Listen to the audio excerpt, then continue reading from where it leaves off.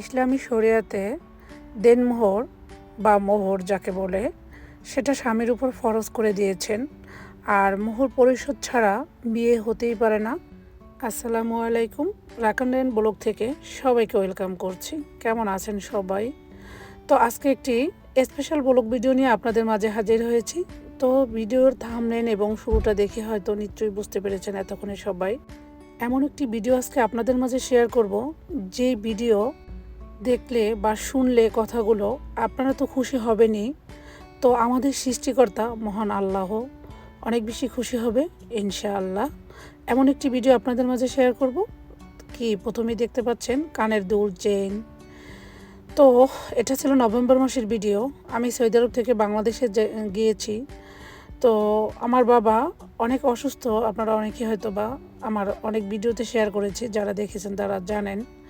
আমার বাবা উমরা করতে আসার জন্য প্রস্তুত ছিল, তো সেই মুহূর্তেই সে অ্যাক্সিডেন্ট করে, বাইক অ্যাক্সিডেন্ট, যার জন্য আর আসতে পারেনি। তো ইনশাআল্লাহ আমার বাবা এর আগে অনেকবার উমরা এবং বড় হজ পালন করেছে। তো এবার ছিল আমার দাদির নামে হজ করব। সেটা হতো আল্লাহ আমার বাবার ভাগ্যে লিখে রাখেনি। তো আমি অনেক পুরুষ দেখেছি, অনেক বাবা দেখেছি, অনেক আত্মীয় স্বজন ভাই বোন দেখেছি। তো আমার বাবার মতো এত মহৎ, এত মহান, বাবা মাকে ভালোবাসার মতো ছেলে আমার সামনে কোনো পুরুষ পড়েনি। আমার বাবা সব সময় আমার দাদি দাদাকে খুব ভালোবাসে, তাদের জন্য এখনও কান্না করে।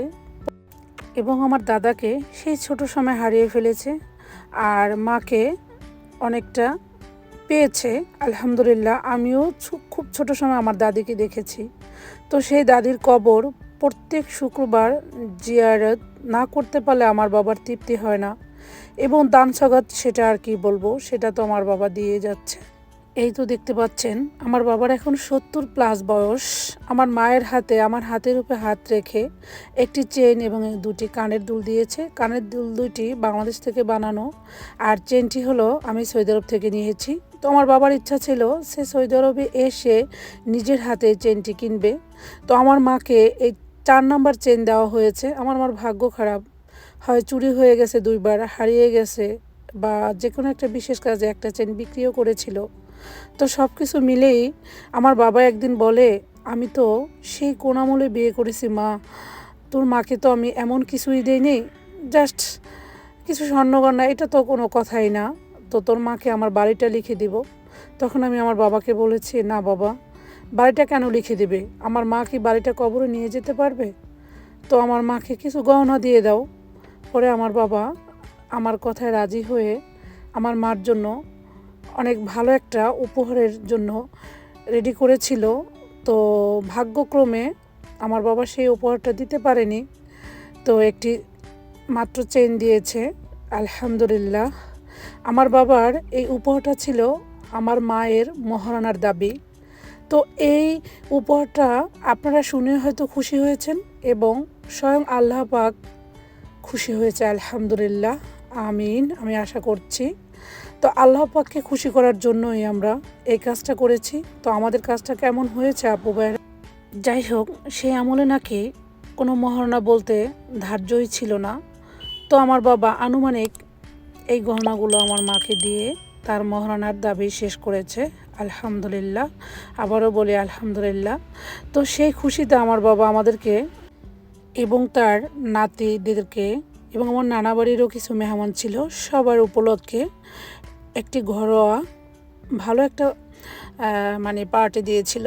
তো তার কিছু রান্নার অংশ আপনাদের মাঝে শেয়ার করেছি। আর যত কিছু রান্না করব, আমার তো ছোটো মাছ লাগবেই, তো ছোটো মাছও রান্না করেছি, সবই দেখতে পেয়েছেন।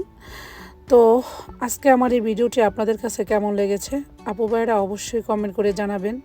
এবং আমার বাবা আজকে অসুস্থ, এবং 70 বছর বয়সে আমার মাকে যে তার মহারণার দাবিটা দিয়ে শেষ করেছে, মাকে খুশি করতে পেরেছে, কাজটা কি অনেক ভালো করেছে না বলেন? তো আমি সব সময় সবার উপকার করার চেষ্টা করি, কারো ক্ষতি করার চেষ্টা করি না ইনশাআল্লাহ। আর আমি আমার বাবাকেই এই সুবুদ্ধিটা দিয়েছি যে বাবা, মাকে এত বছরে যা কিছু দিয়েছো না কেন, মাকে কিছু গহনা দিয়ে এবং নিজের মন থেকে ধার্য করে যে মহারণা কত হতে পারে সে আমলে, সেটা হিসেব করে কিছু একটা গহনা দিয়ে দাও।